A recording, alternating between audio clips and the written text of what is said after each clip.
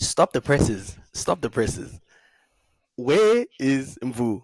He's here. Can you guys believe it? How long has it been? Forget introductions.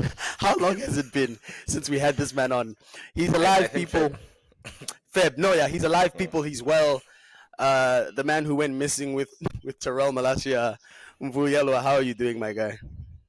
I'm good. I'm good. I'm in good spirits to be back. D&D, what's up? The D people's and D, champ. what's up? The people's champ is back. Wait, I did. I know. Where did this come from? wait. I know. Who said? People have been waiting for me. So I'm back. Do we all have intros back. like that? Apparently, Apparently, see, but apparently I have just like that, and it's funny because people's champ, dog.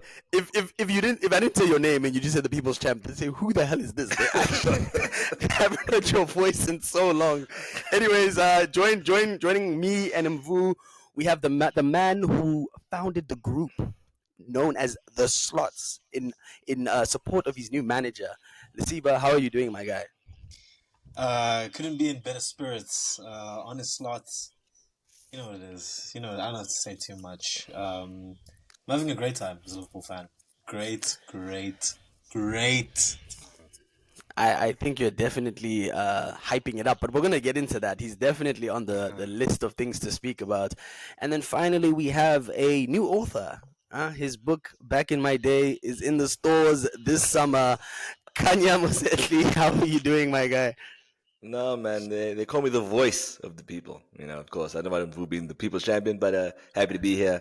Excited to have another episode. Glad to see Mvu. Honestly, I'm astonished. I'm astonished. Where's Feels like a gift. Mbuyelwa? No, honestly, bro. And then finally, the man who is still on top of every FPL league he's in. I am 27th in South Africa. You guys need to dap me at some point. But anyways, Malcom Top 15. I'll put a tweet out. Top 15. I'll put a tweet Okay. out. Okay, no, Also, I'm I'll be honest with you. I've been mising you this whole time because I hate your FPL name. what is That's my BBLFC. BBLFC. That's why I've been Why mising are you. we tapping someone for being 27? Can you please ask the right questions? In South Africa. Why? Where's Why? the 27th place Oh, medal? why? Why? Guys in the whole country. No, Oh, not yeah, enough to cool. dab on the public platform. No. Oh, And also, if you guys Cheeks, change your name. You get the dabs. I promise. BBLFC is my ultimate team name too, but I'm just gonna say this on that one. If you guys were top 27 in South Africa in math in high school, your parents would take you to Spur, and you would be rejoicing. But anyways, that's neither here nor there. We have a great episode lined up for you guys. To start this off, we're definitely gonna have to hold out on getting too in depth until we have the guys with us. But we need to touch on Man United, and the way I kind of want to position this whole thing is from the perspective of David De Gea saved 2 penalties. Like, there's nothing that embodies how cursed that team is more so than the guy who couldn't save. It was like 1 in 16 when he was at 11, United. 11. 1 in 11. It was one shootout. One shootout didn't save a single 1 in 11. But he had a streak, bro. He had like a consecutive number of games where he didn't. Oh, yeah. You No, that was his own thing. to now go from that to 2 in 1 game is just, it perfectly embodies, I think, the state of Manchester United. So again, we won't be on this too much. We want to have those guys to defend themselves. So I'm not going to start with Siva because I know he's just going to murder them to death. So let me go to the more measured guy. Mvu, what do you take on? You think I'm gonna be measured about Oh, like Mvu has measured is so crazy. I've maybe because I haven't seen him in too long, but I was gonna say I feel like after what's his name, Ten Hag does, after Eric Ten Hag just broke his record for the worst start to a league season for the second season in a row. What do you make of this chaos happening at Man United, Mvu? Firstly, where's Toby? He was messaging, calling for emergency meetings, and he's nowhere to be found. And he's the guy that has the most to talk about any other team until it's United. So I just wanna know where he is. I'm not surprised he's ducking, but Toby, bro, we need you. Where are you? Don't hide. Don't hide, bro. I was wrong to say Don't the most hide, measured is Mvu. The most measured is definitely not. He's doing call outs here. Call outs, bro. He's cutting promos. Why? He's cutting promos. Why is he hiding? I don't understand it. But yo, I really don't know where United go from here. I think like most people, we would have thought Ten Hag would have done a decent job, but we're now No, into season no, 3. no. Decent. Like bro, like top 4. You guys thought United would be this toast. Let's be honest. You thought This they'd be season, this toast. yes. No, Yeah, this this Not season season, definitely. I'm saying Last season, I was surprised. 3 years into his tenure, not this season. 3 years into his tenure, you thought United would be where they are right now. I thought he'd be I, fired ho- by now. Wallahi. I hoped, I don't think he's gonna get but to 3 years. like in all seriousness, when City played United in the FA Cup final, Siba and I had a phone call. We're just like, we really hope United win this, so they keep Ten Hag. So, and it's happened, and now it's like kind of awkward. It's just like they're worse than I thought they were going to be now. Like, so yeah, I thought you're right actually. That even in that scenario, no one was like United are truly that bad. I wanna. I think. Huh? Sorry Yeah. to speak, but I think he's doing a horrible job. One of the worst I've ever seen. Because Yeah. where the team is now is not a reflection of where they should be. I don't know how many United fans might dispute that or what they feel, but we know some of their players are dead and all of that. But I don't think United should be 14th in the log with a negative goal difference once again. Like these guys are shit. I think. Yeah, I think. that's- I think that's a good point. bro. That's a good point. Let me go to Khanya here. So, do you think Man United have a good squad that's underperforming, or do you think their squad is just not good enough? It's definitely not good enough to do anything serious, right? Like, there's no version of United with everybody fit where United finished top 4. I think that's a harsh thing to say, but I don't think that was ever plausible. That's why I was surprised when Toby said, United can finish top 4 with what they have now. It's just like they might have used 250 million the worst way you possibly could have. But they're a top 6 side. Like, they aren't so bad that Spurs should beat them 3-0 comfortably. That's not normal. Like, So you think Ten Hag is the reason why they are performing so poorly, more so than the players themselves? 100%. This, like I said, the squad is not great, and like it's nothing to write home about. But dude, they can't be 14th. They're below so many teams, bro. I think they're below Bournemouth. What are we talking about here? You can't be below Bournemouth and you tell me that no, this is the squad. That's not the truth. I'm pretty sure there's United squad players that would start at Bournemouth. Right. It's funny that it's pretty sure. I agree. No, because it's also because they got players who regressed in such a crazy way that I can't really gauge their level anymore. Like, Right. Who does Casemiro start for example, at this point in time? Where do you place someone like him? Ali. Hey, and people were saying, "Hey, he started the season." No, remember those first 2 games, he was lying to people. Nah, I mean, I've seen through that since off the jump. Now I want to go to Lesiba real quick. Wait, before you do though, I have a question for all of you. Is Ugaite better than Casemiro? I don't think so. No. He is purely because he's more physically able. Purely because he's more physically able. That's the only reason I'd say he's better than Casemiro. Yeah. I don't think so. Casemiro could start at Sundowns, though. I don't think he starts over. But anyway, Steve, I wanted to come to you, real quick. You clearly have a witch hunt on De Ligt, and I just want to know: do you think he is representative of the problem at United, so he contributes to what is already dysfunctional, or do you think his performances are derivative of the environment? option C, he sucks at football. Like being a centre back, he's not good at it. Like, not like he could be something else necessarily. He's just not good at playing centre back for a football club. So when he was at Ajax, right, like lots of their 2019 class, 2018, whatever it was, I had high hopes. But after seeing what I've seen, I can't help but feel like Manchester United do this thing where they've got such a delusional, insecure feeling about being a bad team that they'll make the worst possible, like, it's really hard to give an analogy for, but it's like a sunk cost fallacy. They've already given into this, we're Manchester United Football Club thing so much that they'll like die with the lie. Like, nah, it's De Ligt, bro. Did you see how good he was like 6 years ago? 6 years ago? Like, what are you talking about? Like, he's not good now. He's just not good. Upamecano and Konate were also compared Konate won the debate. He's better than him. Like, accept that. Move on. Dude, they signed Bologna's top striker. What are we doing here? This is Manchester United? What are we doing? Like, So, I don't know. Siba, are you saying the issue is like, okay? So you said they signed Bologna's top striker. So you think a club of Man United stature shouldn't be making that signing? No, I think that they shouldn't be making that signing. I think Manchester United's DNA definitely is typically quite cultural. They're not really like a Real Madrid or a Chelsea, in my opinion.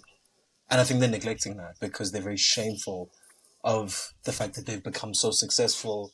And then in the past, I don't know, 10, 15, 12, whatever years, they've made so many bad decisions that they don't want to like rely on the kids, rely on the academy, rely on the general area of Manchester.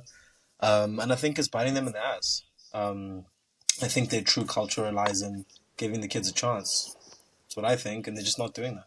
Okay, so to clarify before I go to Khanya, you're saying that it's not so much the signing, but the signing, given who Man United have been, there's kind of like a disconnect between the two, and that's why we're seeing so many guys come through and fail. Exactly, it's disingenuous. I feel like, it's Liverpool signing Fabio Biryani. Like, if you did what it means, like, so what? Like, so what, mate? Like, it's, no. No, that's a good point. I've always been married to that idea that like teams have a cultural footprint, like Arsenal with the French guys, Barcelona with like Brazilians, or there's always been a connection. So when you kind of deviate too greatly from that, you look at the signing and you're kind of like, what's going on here? Amrabat is a good example of that. Kanya, you were gonna touch on what Siba just said. You look like you disagreed. I do to a certain extent because I think that what United are trying to do now, at least specifically with Xerxes, that's the only signing I can defend with my chest.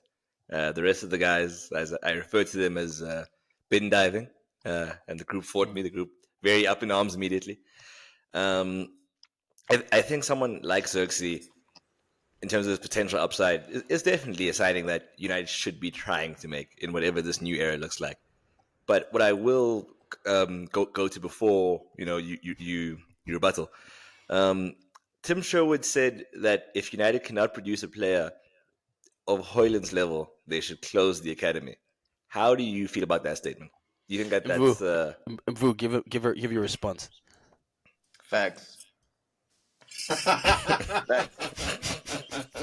Facts. If they can't produce Hoyland, give up, bro.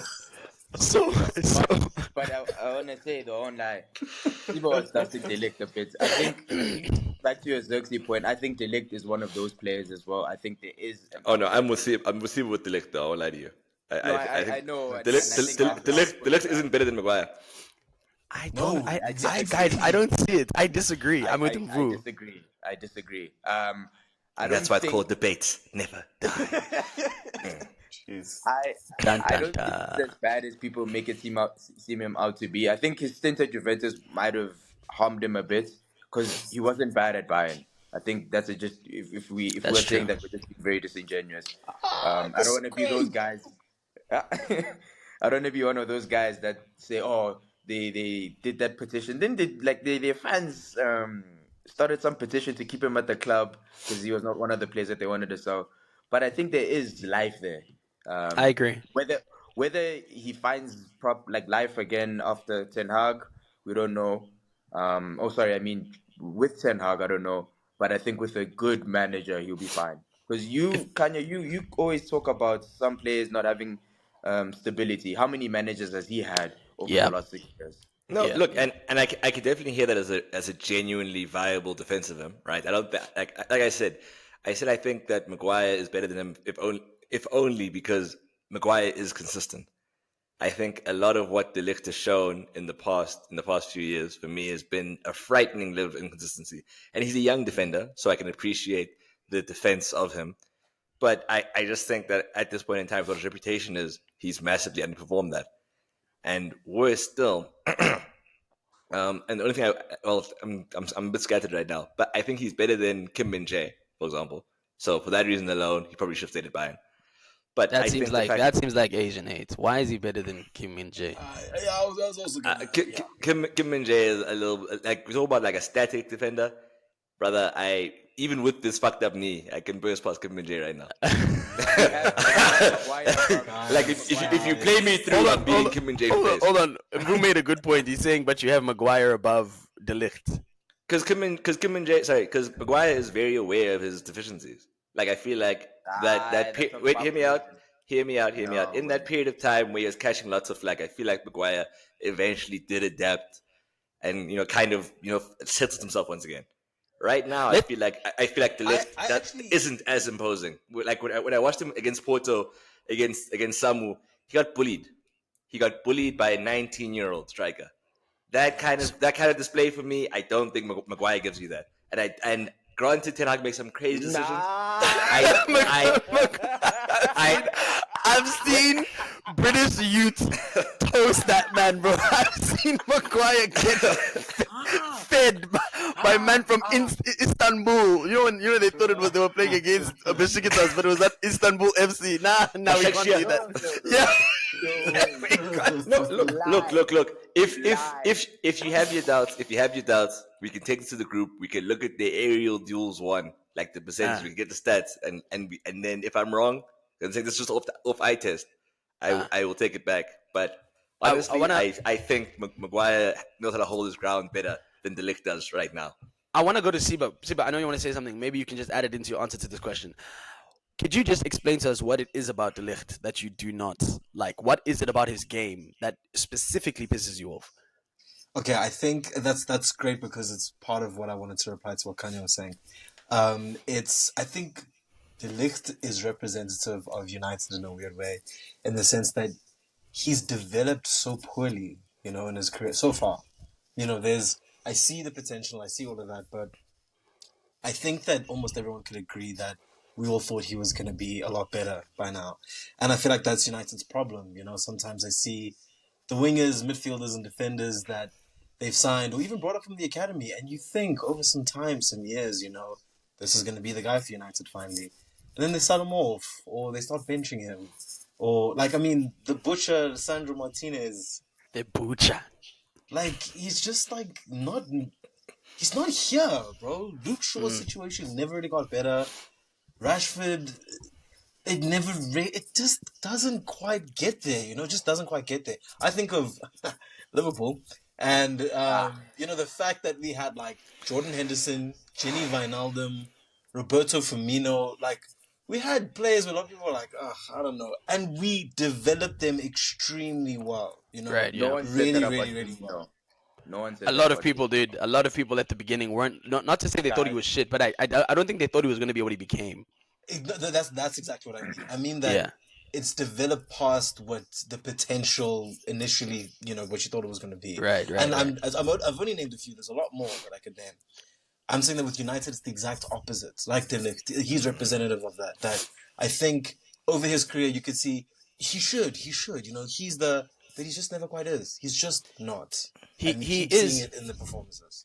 I think what I'm hearing here on De Ligt, it's in many ways he is the prototypical embodiment of the modern defender, and I mean that as a compliment, right? He's competent on the ball, he's commanding in the air, he's he can cover ground, he literally is the hybrid center back that I think every coach, when you're trying to create the profile, he is that, right? And he also he has I pointed this out against I think it was Liverpool. He really does play with a lot of tenacity and passion, right? You can see he cares, but in a way, it's almost what makes him so frustrating. I think I can see what Khanya is saying when he looks at him comparatively to Maguire. It's other than the price tag, I think everyone knew exactly who Harry Maguire was. That's Robert Huth. That's Ryan Shawcross. You knew exactly what type of centre back Maguire is. Whereas with De Ligt, it's you're kind of supposed to be this generation's John Terry. You're supposed to be this generation's this, that, and the third. And now when you see these, the thing that stands out the most to me about De Ligt is the level of uncertainty that he plays with. And I think when you are the standout centre back, that's something you can't have. Imagine Van Dijk, Rio Ferdinand. those type Saliba. Like I remember the one game I've ever seen Saliba uncertain of himself was against Bayern Munich in the second leg at the Allianz. Then Gabriel saved his ass because he was just hoofing the ball. So it's almost like it's a disservice. It's almost like what makes me so frustrated with someone like Anthony, right? You are a player who does have technical abilities, who is supposed to be the match, the game winning player, the X factor player, but you do nothing. You actually don't do anything on the pitch. So I understand the frustrations with the Ligt. I think where I slightly deviate from what I've heard from you guys is when you're trying to analyze the issue at Man United. I think because you guys, correct me if I'm wrong, you guys are saying it's mainly a top down thing. So it's a managerial thing that's kind of bleeding into the players, right? Mm-hmm. I I hear that, but at the same time, I I look at those players at Man United, and whilst I do acknowledge that the fundamental issue is coming from the top, right? So from their recruiting, we've all spoken to that. Their squad building makes absolutely no sense. We try to field a 4-4-2, the most basic formation in football, and none of us could like have a cohesive 4-4-2. So it's recruiting. It's definitely Ten Hag. I've called him a fraud since month 3 in his tenure, but at some level, I have to look at these players because they're just basic things that I like. I sound like Roy Khanya. Like, you don't have to be told, bro. That goal when Van der Ven gets the ball and just runs, guys. Bro, Like, that's the first time that week they conceded that goal, bro. The goal against Twente is the same thing. exact same. Yeah, they picks it Yeah. up and carries it. Like, it's dumb. It's dumbness. Like, in a funny way. Like, these players are made worse by Ten Hag, but I can't excuse them. I look at them and I'm like, your so-called leaders. It's like they want the. We spoke about De Ligt being the embodiment of United, and I agree with that. That's a good point call out by Siba. I say it. I've been saying this for months, and Toby tried to steal my point today. Bruno Fernandes, he is. You know what? If I want to describe Man United, I say this. You know when Man United is losing 3-0, and then Bruno just starts running around for no reason, like when it's just Like just to look, Sanchez used to. yeah, just to look like you Ooh. care and you're trying and you 2017 Sanchez. bastard. Like, you're just trying to look like you care and that you're tired, so that the fans say, "Oh, you put in a shift."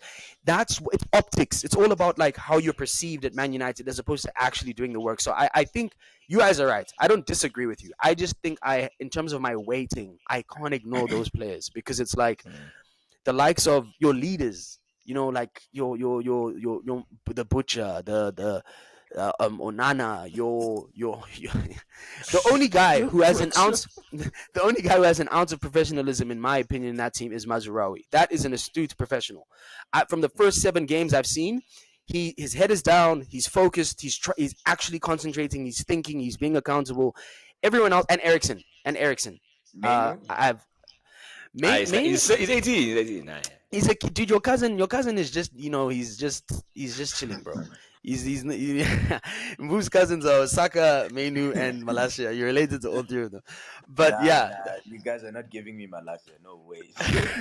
yeah, that's the money. That's the money. That's fair. That's fair. Nah, That that's is tab. Yeah, that's tab. No, but like, I guess in closing, if anyone has any sentiments, please speak up. But yeah, I just think Man United they are an oxymoron. They are a fundamental contradiction, and I agree with Siba entirely. And when he said they're not a club that signs these players from Bologna, that signs these guys. United have always said you're either British and homegrown or you're an established superstar that we're bringing in. And it just seems like they've deviated from both. And I think there needs to be that synergy between signing and like who the club has been historically. And if you're going to deviate from that, you have to restructure the whole club. And Ten Hag is not the guy for that. Absolutely. I just want to say this very quickly on this as well. PSG and Barcelona have realized this issue faster than Manchester United. Yes, yeah. Barcelona went back to their roots. and now look. We were forced to. But yeah, I was gonna just get back to the United thing.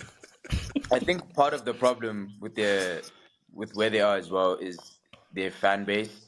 I think they themselves just also can't identify their deficiencies. So I just wanted Shout to out to bring it Toby. back to the Bruno point.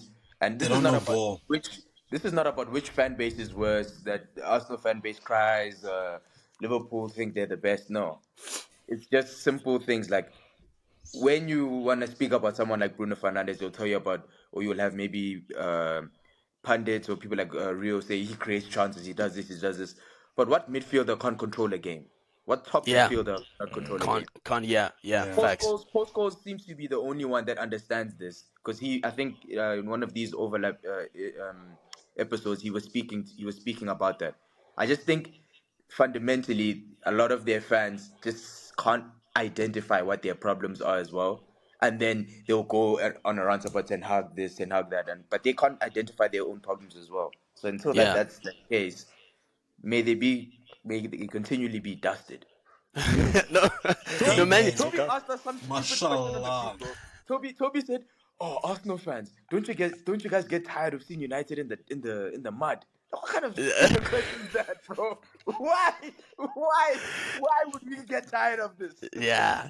No, Why I would think we get tired of this, bro? it's the the lifelong tale of success does not equal knowledge, and I think United fans have really fallen into an unhealthy cycle of, oh, we won 13 league titles under Ferguson, so we know what success looks like. It's like, no, we're from a country where there are politicians and ministers who know nothing about what they are overseeing. And I think that's kind of like Man United. It's because you guys have won all those titles and you came up in a team where it's probably the greatest storyline team in all of sports if you look at their history and if you look at the trophies they've won. So I think now when you see a number 7 that kind of looks like Ronaldo, you say, oh my god, let's back him, that's Ronaldo. No, it's not. It's Garnacho. And like, Garnacho can be good eventually, but can we be measured, right? Martial cuts in and scores against Liverpool. Oh my god, it's Henry. Like, dude, can we just be measured and just relax? Horny So for that thing, man. dude, they're too hungry for it, and it's funny because it's like, again, the blind spot of who's speaking to, like, the very shit they call out in their board and their ownership. They're probably United fans too, because you do it as well. Do you know how many times Toby has made a recommendation and then later recommended a recommendation that contradicts the first recommendation? So he'll say United need a ball progressive midfielders, right? Then they sign oh no, they need a destroyer. Then they sign a destroyer. In fact, they signed 3. They go Casemiro, Amrabat, and Ugarte. Then it's like, no, we have too many defensive midfielders. We need to get. So it's like, bro, but you just identified the issue and said this is the solution. Now your solution needs a solution. So clearly, you need to take a step back. Look, again, we could go on United. I want the United guys to be able to, justify themselves. Khanya, I was going to move on to Liverpool and Chelsea. We can start with you if you're fine. Or One answer. last thing. One last thing. In the Also got another shot hopes. to take. No, not a shot. I think we've taken enough shots. In the hopes of being productive. We're talking about United's squad building. We're talking about the fact that right now we don't know who the personalities are that are meant to lead them, right? Sheik's pointed out that Ericsson and Mazraoui are the ones where you're thinking, okay, these are some serious people. If you guys had to try and fix United, the first change I think the next manager makes is the captain. I don't think Bruno's going to retain it. I think. Yes, agreed. Who would you guys pick as the captain? Fuck. Question. You've toasted us. Yeah, I legitimately have nothing. Everyone sucks You've at dusted United, us. So no solutions. If Luke Shaw was fit, it's Luke Shaw. That's Come on, that. a bad Yeah, shout, bro. That guy He is never the lesser fit, of bro. like 36 evils. So yeah. No, if Luke Shaw's fit, is Luke Shaw. And that's kind of the embodiment of the issue they have. Like, oh, Johnny Evans, Johnny Evans. Johnny Evans, yeah. Johnny Evans is captain. Johnny Evans. Guys, this team is in hell. From no one. Sorry, Lesiba, what'd you say? Mazraoui, maybe? He seems like a nice guy. Can he speak English? Dude, like, ooh. No, Khanya, you've actually stumped me, dude. Like, Johnny Evans is the only person I can think of, in all seriousness. And Luke Shaw. I have an answer. It's going to sound crazy. Onana. That's what It's Rashford. Mason Mount. Mason Mount. No. Okay, no. all right. Let's move on. In other areas of the league, let's see what your Liverpool are flying high, and we want to really hone in on Liverpool and Chelsea right now to get an understanding of how good we think they are. So before I take this to the floor, just want to place some context into all of this. Liverpool obviously top 18 points. They have not played one team in the top 9 as of yet. Just want to point that out to be fair. Chelsea, the only team they have played in the top 9 they lost to, and I believe that was Man City. Correct. So how do you guys look at these two teams, new managers? We've spoken about Arne Slot a few times before. We've had a few conversations about Maresca. Let's go to Khanya. How do you qualify? Let's start with Chelsea because I know Siba is gonna bust many nuts about Liverpool.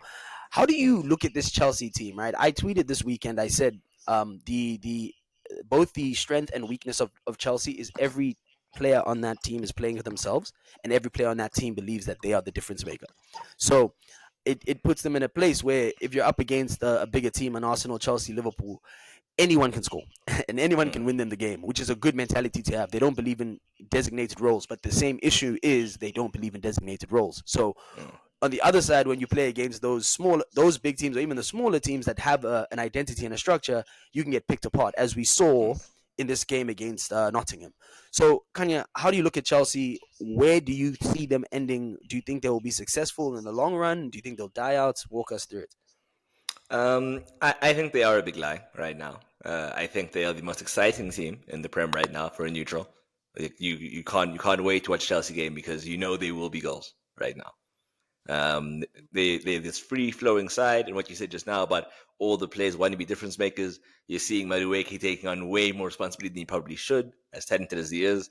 It's almost looking like he's developing a bit of a selfish streak, but you kind of want that in young players. You want someone that's constantly driving at defenders. I just think that Chelsea right now are capped in terms of how good they can realistically be.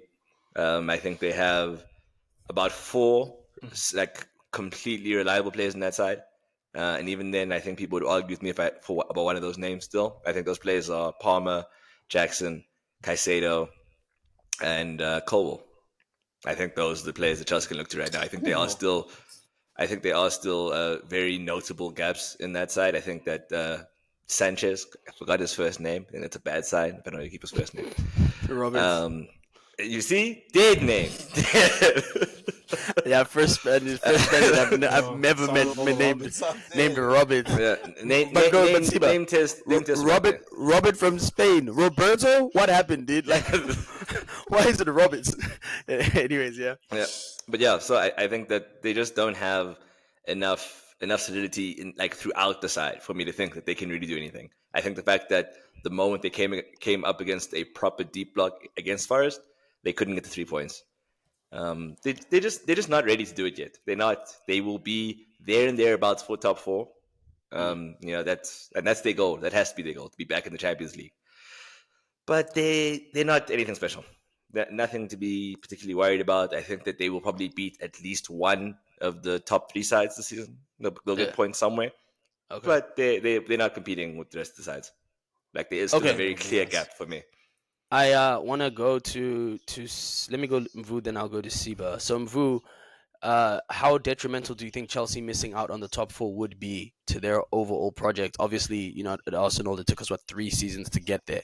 So do you think it would derail them going forward, or do you think it's a kind of a throw? Like, I'm trying to basically say, how do you think Chelsea are viewing this season? Like the top four or bust, or do you think it's like building blocks from their perspective? To be quite honest with you, I'm not entirely sure because I don't know what their goals are. I mean, I saw something earlier in the season saying that they don't have the front sponsors because they're not in any European Yes. competition. They're not in the Yeah. Champions League. So that indicates to me that that is the goal. They want to get top four. Good point. Good point. But because if they're not willing to put out sponsorships, then what the hell are they doing there? To just for the listeners Yeah. to explain that. So the reason why they didn't want to get these sponsorship deals is because if you're not in the Champions League, you get a discounted lump sum or annual sum. So they were saying they've actually postponed it for 2 seasons now because they want to get the $300-400 million pound deal so that they can have a higher amount. Whereas now it'll probably be like 150 or so. So I think, to be quite honest with you, I think they're still going to try to get rid of players over the next season. So I don't think them missing out on this season will be too detrimental. I think there's still going to be money coming in. I'd be more worried if they're going to have transfer bans. I think that's what a lot of people were speculating with the amount of signings that were coming in and the lack of outgoing players that they were. Because, I mean, Sterling's Do on you loan, Chalobah's on loan. I don't know do who you else know is on about loan. ruling. I forget what it's called about the homegrown and how that clears up space That's on for your. profitability. Yeah. Yeah. I don't know if you can explain that to listeners because I know people were saying that because of that they should be fine, but I'm not exactly well read on that. I know Toby was talking about it. I'm not too well Oh, read up on Khanya. it as well, but I think Khanya, do you? Khanya, go. Yeah. So in theory, they should be fine. I think that's why they sold Gallagher. They also sold another one of their academy players to Villa, I believe it was. So Chelsea aren't in any immediate danger as far as myself and the Athletic are concerned. They'll probably need to sell at least like they're gonna keep on like selling academy players because those get logged as pure profit a lot faster than players you've signed recently who That's what you're it still is. paying off the amortization value of. I see. Okay.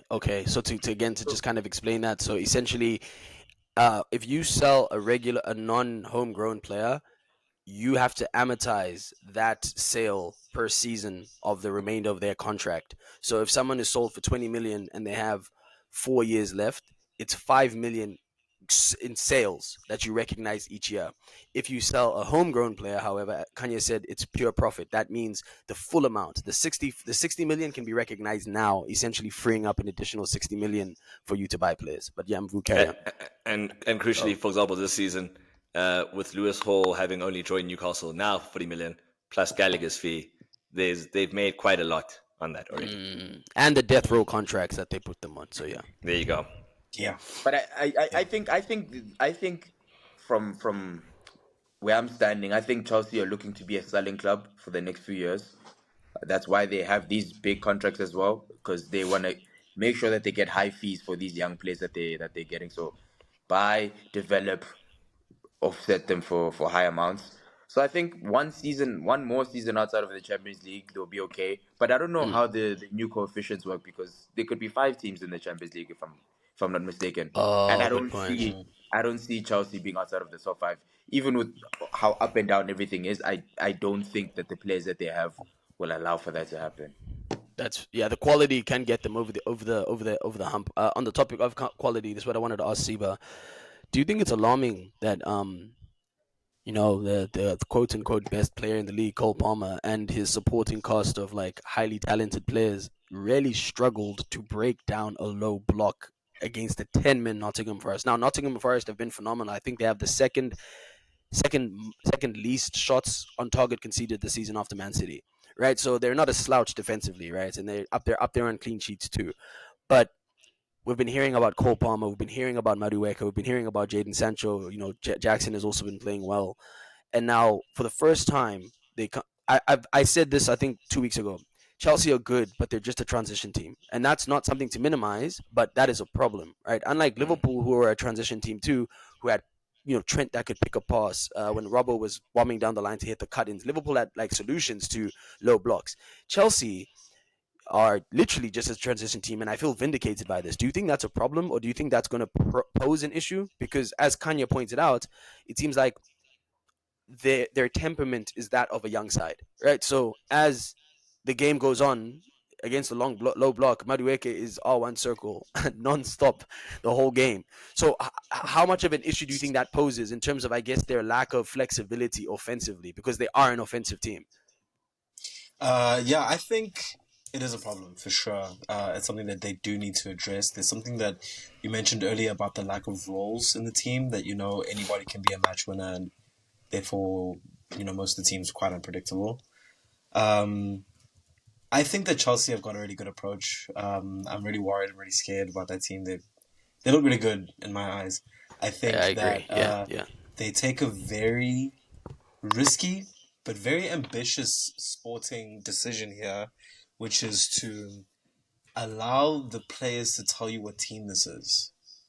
It's I think it's the kind of sporting tactic that many different team sports have used over time, but it's kind of been weeded out with how much money there is in sports now, how tactical everything is.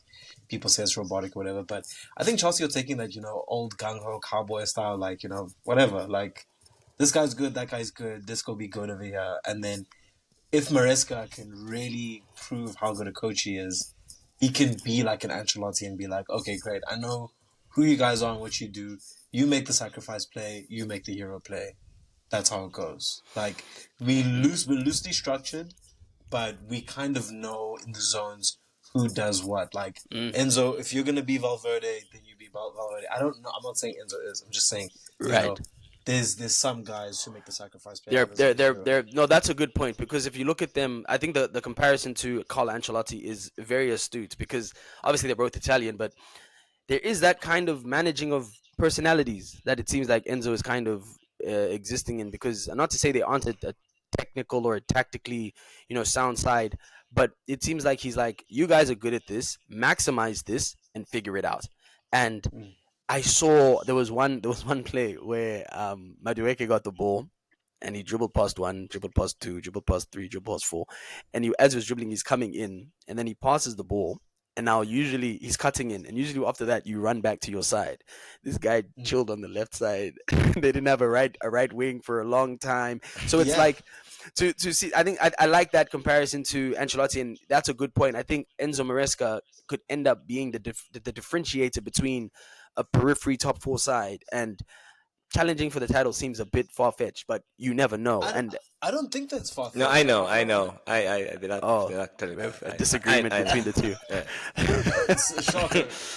The number one Chelsea hater does not feel. No, now I'm objective. I've healed. It's all gone wrong. I do want to say that we snatched their chain. Good habits now. It's done. Chelsea's defense is, I think, the most glaring problem for them. Yes. I think that someone. I mean, I can't believe. You said Colwell is one of the four reliable. I think so. I think young so, academy player, full of his left side centre back. He fills the gap. He's so injury prone, and his performances are also quite inconsistent too. I mean, no. You classify him that now? I think it's less about performance and more about presence. If that makes sense. It's what he represents at Chelsea right now. I think it's really Hello, it's the collar. Pretty much. Okay, look, I can agree with that. Having lost Gallagher as well, they need that kind of guy right now. Some racism for sure, and I don't think that Gallagher would have been that guy eventually. To be honest, okay, I just want to say this: if Gusto can be the guy that we think he can be, Caicedo can consistently actually become what I think Caicedo's been actually pretty good. Kante light for he's real. Been really good. I think he can even grow a lot more, especially as like they need him. Like his skill set for what he can do. The sacrifice play guy. Yes, he can be so essential for Chelsea. No, sorry to cut you off, but when Caicedo and Jackson learn English properly, they're gonna be key. Because Jackson speaks English. Come on. Like, Caicedo's a bit of a loose cannon. What is it? Caicedo's a bit of a loose cannon. Really, I think he's one of the most reliable performers. I agree with Siba when he says that. I'm not saying he's not reliable. He's just a loose cannon. His red cards waiting to happen. Oh, I see. You're saying he's got that Romero thing in him. The nigga gene. Yeah. Whoa, Sheiks, what's up? You know. We know what he's saying. Eric Bailly. I don't know. What he's saying. I don't know what he's saying. Eric Bailly, Kolo Toure, that gene in him. Yeah. Can I Nah, respect him. I missed the reprisals episodes, and I have one because I was not here. Okay, hit it up, then we go to Liverpool. Reece James. I have so much hope, and this is not down to what I think about his quality or anything. But I was toasting Trent because of him. But I cannot defend a guy that just is not able to stay fit. So that is my reprisal. My bad, Trent. Reece is not gonna overtake you. Gonna mix these packs and potions, no peace till I put a sim in my banner. On the topic of Trent, let's go to the faithful men in Merseyside. Siva, you said you're ecstatic about the state of your club right now. So I want you to just qualify that for us really quickly, because let's be honest, the performances haven't been scintillating. You've had a few, good games. The Bournemouth, the West Ham, those were great games, great W's. But this Palace game, come on. you know, Hey guys, the Wolves 2-1. That was a bit embarrassing. You know, like there've been a few games that you guys aren't looking like as for Klopp Liverpool, which you won't be. But I just want you to explain to us what is the most exciting aspect of this Liverpool setup for you right now. I will do that. I just want to say first, I can say the same for Arsenal at the It's moment. planned. But it's planned. It's Oh, planned. jeez. Okay, you know what? Actually, I shouldn't have even gotten into it. But anyway, I will say this. I think that Liverpool's form this season has delighted me, of course, because I mean, obviously, as everyone knows or should know, Arne Slot has had the greatest start to a Premier League season that any manager's ever had. So. And you want about that all you want. Is that hold on, is that a fact? Is that a real fact? Yeah, that's a fact. He's had the I didn't know that. greatest Wow, start of good for any him, Premier League man. manager ever. Like I don't know why Khanya's so aggressively hating on her. Like That was it's a a great sincere, thing. that was a It's sincere, the a sincere greatest yawn. thing, actually. I was being for real. Like I did make me kind of tired to hear. Right. Because the playback will surely show us. Anyway, I think that Luis Diaz, Mo Salah, Diogo Jota, Jota's been Robertson, huge. Van Dijk, Konate, McAllister, Brian Gravenberch. There's been so much to love about Liverpool. But there's also been so much to be afraid of. This Trent, Van Dijk, Salah contract impasse situation. Yes, I was gonna bring it up. Look, because I mean, I'd love to wax lyrical about how great, whatever, fine. This is really concerning. This is the pillars of the Roman Empire we're talking about over here. Like those guys have been consistently the best players, or some of the best players in the world. Lesiba, come on, dude. Those three guys are top 3 in their positions on planet Earth. What do you mean? Those are the pillars of the Roman Empire for real. If they leave, it's scary hours. No, Mvu, this hating. What's up, dude? Dude. Alright, bro. Alright. Lesiba, continue. Go back to Ziba. We're not gonna defend this. Go. Oh, anyway, okay. What I was trying to say was, it's really concerning for me because, it's very possible that all 3 can go in one fell swoop, and we could get nothing for all of them. That is so frightening. So, that's really what I'm worried about. I mean, I'm trying to smile through the pain because we're playing very well right now. But honestly, if they go. So for you, it's more so you're looking like long term. You like what you're saying from Arne Slot, but you're saying all of this could mean nothing if those 3 guys aren't locked down. Exactly. I'm living in the future, so all I can be is anxious about Liverpool right now. Like, I'd like to just enjoy and bask in the present, because we are playing well. I mean, the stats don't lie. Kind of do. A little bit. Just a little. Like you guys are good, but top of the But wait, like you played United at the best possible time to play United. Yeah, we did. Okay, and Milan as well, and whoever. Wait, don't bring Milan. We're talking about just the Prem. We had the conversation yesterday. Don't get carried away. Why do you get to shift that goalpost? Why talk about Milan? Why do you get to say that? I want to talk about Milan. What are these arbitrary rules that like, oh shit, no, you're right. No, nigga, I'm talking about Milan as well and West Ham in the cup. My fault, OG. My fault. We played bigger teams and we played well and we won them. And you know what? There's a lot to like about this Liverpool team. I'm just saying, I can't do this, man. I need a solution now because I can't get my hopes up and then be absolutely crushed by something I've been seeing this whole time. Yes, that's so childish. It's so very, glaring. very childish. Right. I hear you. So no, I think that's a fair thing to say. One last thing quickly. So when you say you're living in the future, does that mean this season you don't really, obviously top 4 non-negotiable, but you don't have like immediate aspirations for like winning a Champions League or a league, or you just kind of like let's build to something so that we can get back to that level? Oh no, I want to win the league. I think we can. Win the league. Okay. I think we can win the league. Yeah, I really want to. I really need that. Klopp is gone, and everyone else might be going too. I really be a huge statement. No, yeah, and I'm respectful enough of your team to know. Like, obviously, I'm saying you guys aren't necessarily playing the best in my opinion, and I stand on that. But the championship, I think the biggest dap I can give Klopp is he completely got rid of that loser mentality you guys cultivated for a good 6 years, right? Like from 20 no, let's be honest, but like that Barini Balotelli era did a lot on, like my nigga Kaya stopped watching. Like it hurts. It hurt certain man. And Klopp found a way to get you that winning mentality. So for me, it's like I'm saying you guys aren't playing well, but I'm being a purist about it because you guys are so good. You don't have to play well to win. Your guys they're match winners, right? So I have enough respect for that and just the quality of your players to say you guys are definitely title contenders. I am, however, skeptical of.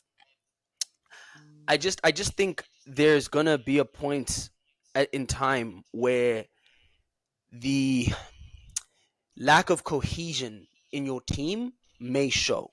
I think you have a bunch of players who are performing at the highest level, right? Luis Diaz this season has been a revelation.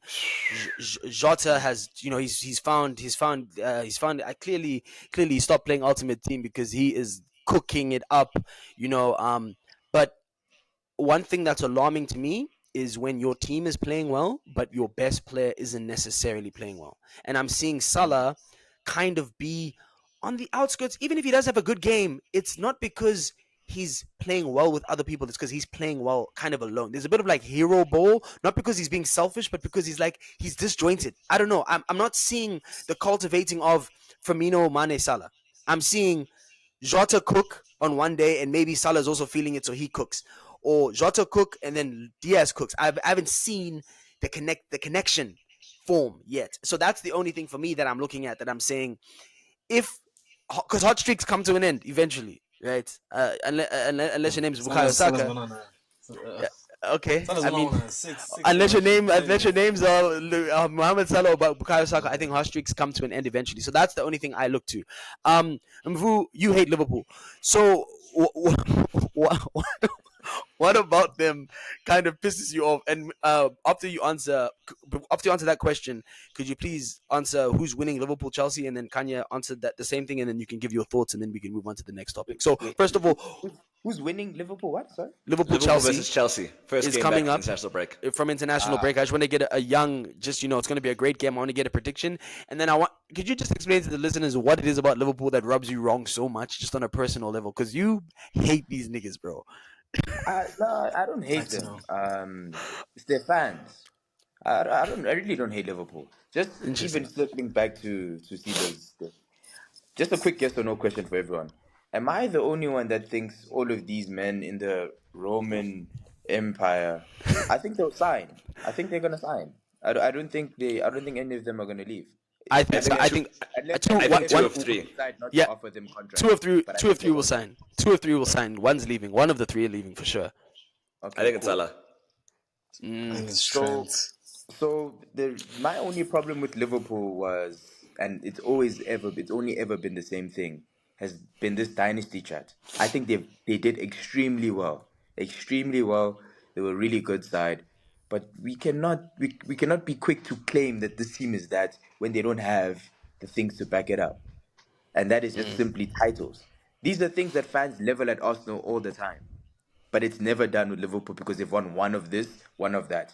But that is unfortunately not a dynasty. Everything actually, but okay. It's not a dynasty. It's everything to you. That's not a dynasty, brother. I've won one of every possible trophy, but okay. Yeah, bet, bro. I'd like to take this second. Sorry, Boo, real quick. I'd like to take this second to say you're not the measured guy. I'd like to just walk it back. I was wrong. This nigga is biased. They've won each title, bro. What do you mean? Every single. No. Winning a title once and all that. That's really great. I'm saying the real dynasty in this era is City, not Liverpool. It's not. So okay. True. Dynasties sweep through. They don't share anything. They don't share. What dynasty shares? Well, United's dynasty kind of shared with our dynasty, though. I don't think we had a dynasty. We won 3 Premier Leagues in 7 seasons. I don't think we had a dynasty. How? That's the point I'm saying. Mvu thinks this is FM when you win 6 in a row, and that's the only way it counts. That doesn't make sense, bro. No. So Madrid and Barca's dynasties didn't overlap? But no, Barca won 4 league titles in a row, 3 or 4, if I'm not mistaken, and we won 8 leagues. We won 8 league titles out of 11. Like Okay, but then that is Madrid a won how many dynasty. Champions Leagues though? They were a dynasty as well in their Champions League run. But I But don't think they were dynasties the La don't Liga. share though. I thought that's what I'm saying. They I won three in a row, guys. No team has done what Real Madrid has done, and Barca yes, won 8 out of 11 league titles. Liverpool won yes. one league title out of how many? Liverpool won one Champions League title out of how many? Okay, I guess I'm speaking to the Arsenal Liverpool won United thing. how many FA Cups out of how many? No. Liverpool, I agree. No, Also, Liverpool, I hear you. don't I'm think just Liverpool speaking are to a the That's my Arsenal. dynasty. I point. also don't think Liverpool Yeah. are a dynasty. I just Yeah, think I that just they wanted to get can. that I clear. just think that they can overlap. Yeah, that's what I think. That's what with Oh, us You three are think saying. dynasties don't share though? Yeah, that's what we were Okay, just look, saying. I can, Yeah, yeah. I can hold that, but I think just back to the Liverpool point. That's the only point I had. That's the only problem I had with Liverpool, with Liverpool's dynasty was people lauding them to be something that they're not. I think they were a really I see. great side. They were a Yeah. really great side. I'll never hate on them for that. But then they were Uh, just not what people were saying. But people were shifting Henry left wing For to in Firmino. Premier League all time 11s to fit in Liverpool players. Like no, yeah. let's just Okay. not that. We're aligned. Okay, we're aligned. Thank you for Yeah. clearing that up. Okay, so now back to the modern times. Liverpool versus Chelsea at Anfield when we get back from this international break. Obviously we don't know who's going to be available, but what is your prediction in terms of scoreline, in terms of game? Are you excited for it? Walk us through that.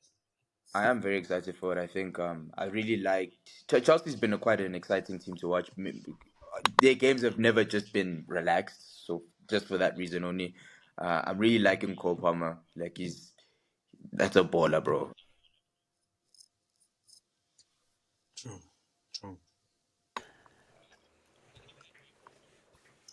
Oh, I yeah, think you're that here. game will end in a Yeah. draw. I think it'll be Score? a bit of a Liverpool haven't had high scoring games, have they? Like their highest has been three against United. No, they won five, Ah, five, five okay, against okay. West Ham.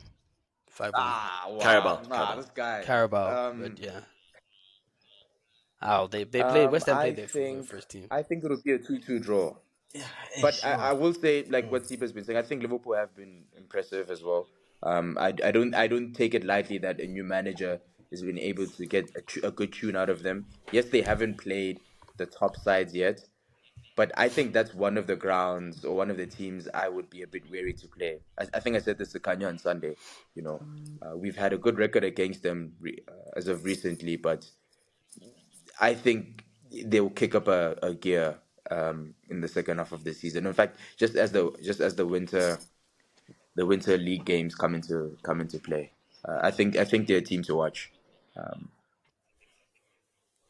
Okay, so you have it as like a 2-2, and then you think Liverpool are gonna pick up and maybe propel let me just forward. add this. I Kanya, think all of this is uh, dependent on Konate staying fit for me.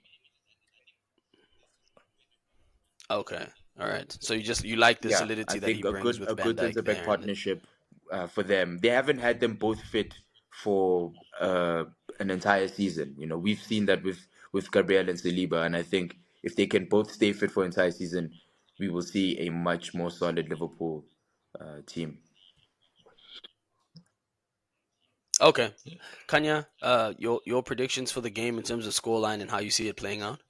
4-1 or 4-2 to Liverpool. I think they're going to beat the brakes agree off with of that. them.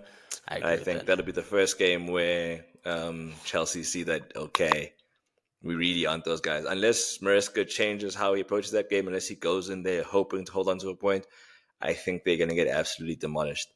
I think that they're just extremely defensively porous. Recently in the group, I gave a shout out to Malo Gusto as a potential Real Madrid right back. Right now, though, he's still extremely raw. I don't like the idea of Gusto up against Luis Diaz. Mm, I think that's a huge weak point. very scary. Um, Salah versus Cucurella, that again, like usually like the individual matchups in that kind of game. If like Liverpool are able to create that level of isolation, I think that they're gonna absolutely rip through them. So again, depends a lot on how Maresca puts it, but I have put money already on Liverpool beating Chelsea. I would be genuinely shocked if Chelsea did anything in that game. I think that's exactly what you spoke to individual matchups. I think that's a good shout. That is exactly what Slot is gonna try to do. 1v1, they're just not. They can't match up. Chelsea just don't have enough to match up with them. I think the only possible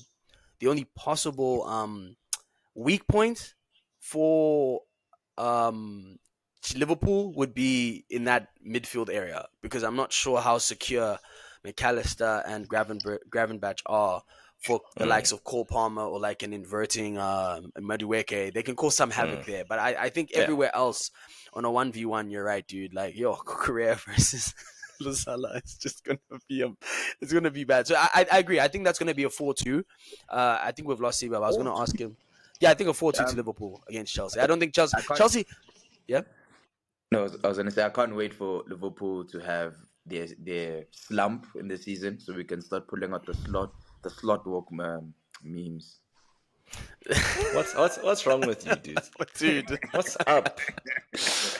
But yeah, Why did you think Mbu was balanced? Why, What like, happened? dude, I don't know. What was that based on? I haven't seen this guy on this pod in a while. But yeah, I think Chelsea's defensive fragilities are going to show. And to your point, if Maresca, it's a good test to see the type of manager Maresca is. Are you going to die by your ideals, or are you going to kind of try and be pragmatic? Yeah, I agree, Khanya. I think a 4-2 is where we're going to be headed. Finally, the final thing we wanted to discuss, and we can just make this brief before we kind of do our closing remarks. These ACLs, man. We saw Danny Carvajal, Carvajal. Carvajal, Come on, dog. Say it like you care. Say it like you care. That's a legend. That's a legend right there, dog. As Vinny said, the best right back of all time. Ugh. Anyways, let me be more. So it's Carvajal, Danny Carvajal.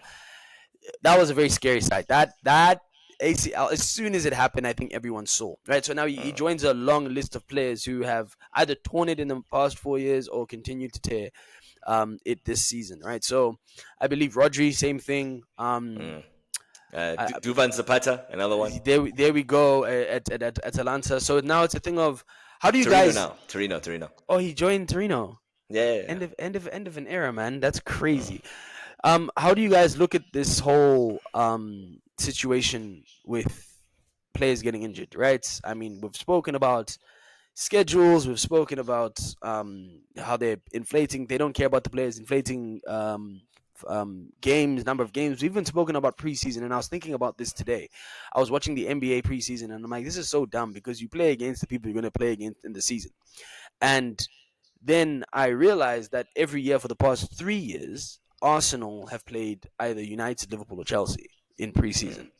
And, we've played Barcelona too this year. And it made me kind of clock that, like, even in preseason games, these are no longer preseason games. I used to watch the Emirates Cup and see Adelaide and Zelalem and these guys, people who weren't first teamers by any stretch of the imagination, get minutes. But now because you're playing against a big team in a foreign country where there's a lot of money, I think there's pressure on the managers to play, your first team for at least an hour, 75 minutes.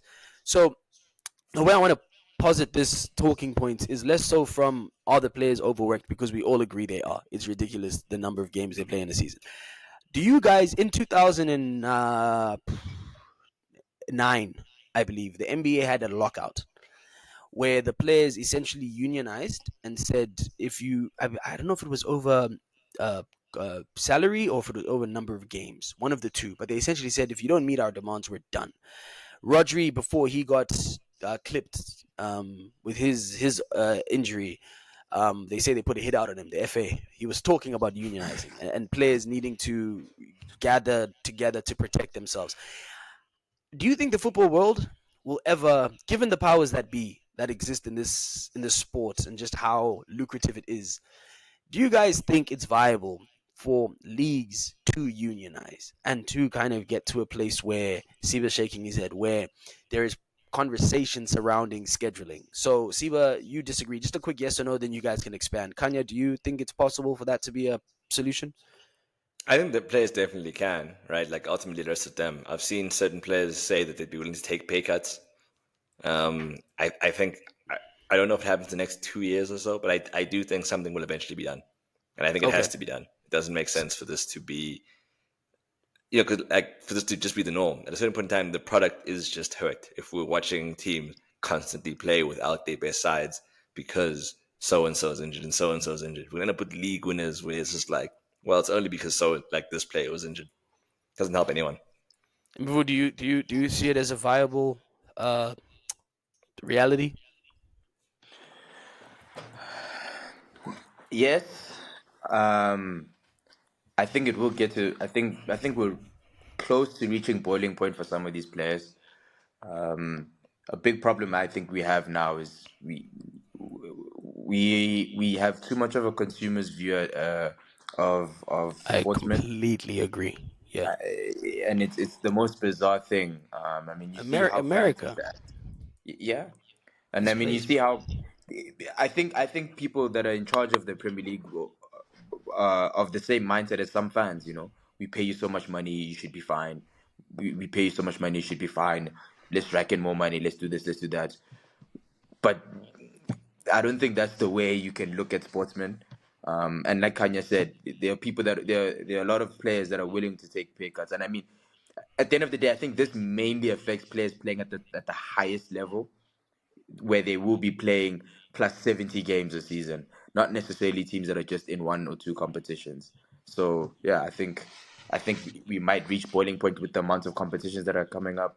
The FIFA World Club now they've released a statement saying, you know, these teams that are coming have to play their best players, or they encouraging them to play their best players. You saw Pep come out and say that they've tried to ask the Premier League to delay the season, and they said, "Nah, we're not going to do that." I don't see how this is going to be sustainable over the next 2 years. I think COVID kind of shifted everything, and now it's just it's unsustainable. And interesting, you mentioned the Club World Cup, and guess where that's being hosted? America. This place has really we've Americanized the fuck out of football, and it's really sad to see. So, Siba, you were saying you don't think it's a viable reality for players to unionize and kind of have a voice to negotiate. Why do you view it that way? I just want to put it out there that I hope it does happen. I think it's the most humane thing to do. The players need it. The fans need it too. Like, I guess I think it's the best quality out of the sport if the players unionize, but I don't think it happens unless there's a perfect storm of a lot of other geopolitical factors happening at the same time that allows the powers that be to have their hand forced into being like, okay, what are your terms? You know, I say this because I don't think footballers are class conscious. If if I can say that, I feel They're like very dumb. Yes, yeah. very I know. stupid people, dude. They didn't go to school. What you guys want from these people? Dude, they piss me off, bro. Uh, Dog, but look, you know you've got degrees, eh? Multiple. But you're judging these oaks. I think it's a big factor. I think it's a big factor. You know, they're not university educated. You know, like they don't. I don't think that they've been allowed the capacity to think about things and the ramifications of these things on that level. You know, a lot of these people are competing at such a high level against so many other talented people. It's a very tunnel vision focused view, and to do something like, you know, unionize requires a lot of empathy for your fellow man, where football is so cutthroat. Um, so that's why I'm saying I don't think it's a viable reality. I think a big thing like a war or something, like What? a huge, like a huge political event would have to happen for them to be like, yo, like there's no football, and then the players to be like, yeah, if you want football back, these are our terms. So Again, I think that look, it sounds crazy until it happens. I see where you're coming from. It's gonna take something significant, right? Like, again, sorry, the correction. NBA lockout was 2011. I remember because that's when Chris Paul was gonna go to the Lakers, and what happened there was it was issues surrounding uh salary caps, revenue sharing, teams in lower markets were getting absolutely dusted, right? If you're not in New York, LA, you're getting toasted. Who they're not broadcasting your games, right? So that's why they started this whole NBA League Pass and making the consumers pay for the whole product so that they can distribute fairly. And in that instance, it was the big names. And this is what I was going to say. I think that that big thing you're speaking to, external factor, I'd be more confident if this was happening 3 years ago. But if the likes of Messi and Ronaldo were to say, "Hey, if you guys want us here, come," and that just shows. It's unfortunate, right, that the best team in the world doesn't really have that power to them, right? Like the De Bruyne, Haaland, Rodri, three of the best in the world, right? But like, I don't care what the fuck they say, right? Like they don't have that aura. Whereas if like a Neymar, Messi, Ronaldo, if those guys were to band together and to say, yo, especially with the rise of the Saudi league, right? I think that would put them in a very tough space in UEFA to say maybe we need to change this. But without that external thingy that that you're speaking to, Siba, right? Whether it's a war or conflict or whatever, they have no incentive. And that's the sad reality of it all, is that these guys can keep milking them and we as consumers are gonna keep watching. That's the worst part. Like we're gonna COVID keep good, unfortunately. In my opinion, COVID was the time to yes, to negotiate these things. And in fact they made it even worse, Yeah. So it's yeah, man. I don't know if you guys have any closing sentiments on this topic, and then we can close out with our closing remarks. I that's all I have to say. It's sad to see, and if I see a Saka injury, I will lose it. Oh my god! I actually will. My life will be over. I'll be done. Closing remarks. I think Liverpool have a better chance at winning the Champions League than they do the Premier League. Episode 1 of this season, I did tell you guys about Ange Postecoglou, but let's let that simmer just a little bit further. That's all from me. Mvu, anything you want to say before we close? No one has anything to say about Barca anymore. Just an observation. You know what? Fair play. Fair play. Nah, Just fair an play. observation. No, I'm happy for you. Genuinely, I'm glad things have gotten better. It was a bad 2-3 years for you. You deserve this. You deserve this. And It Flick was has sad. revived. Flick has revived Lewandowski. I think you guys know how vocal I've been about Lever. Yeah. And again, it's not about his ability to score. It was about him affecting the game in many other ways. And Flick has gotten him to play at a level where now I'm not going to be swearing at him every week. And just on that quickly, again, you and I were aligned on that. It was less about the goals and more about just the involvement and the mistakes and the sloppiness, right? Like, you can score as much as you want, but at a club like Barcelona, you need to be involved. You have to contribute beyond the goal. So yeah, no, shout out to Mr. Flick, because we spoke about him last episode. You guys look so clean. Shout out Lamine Yamal as well, as always. Siba, anything you want to say to the listeners? I think we've lost Siba. He looks Okay. so frozen. This is a terrible frame. But it's Hard. crazy. This is the thumbnail. We're gonna make this. We're gonna make this the thumbnail. My closing remarks. I just want to quickly read you guys something. Okay. 355th of all Arsenal fans. 27th in South Africa. Since wait. Let me say it, I'm dogs. leaving, and I'm actually going to leave. Like, cheers.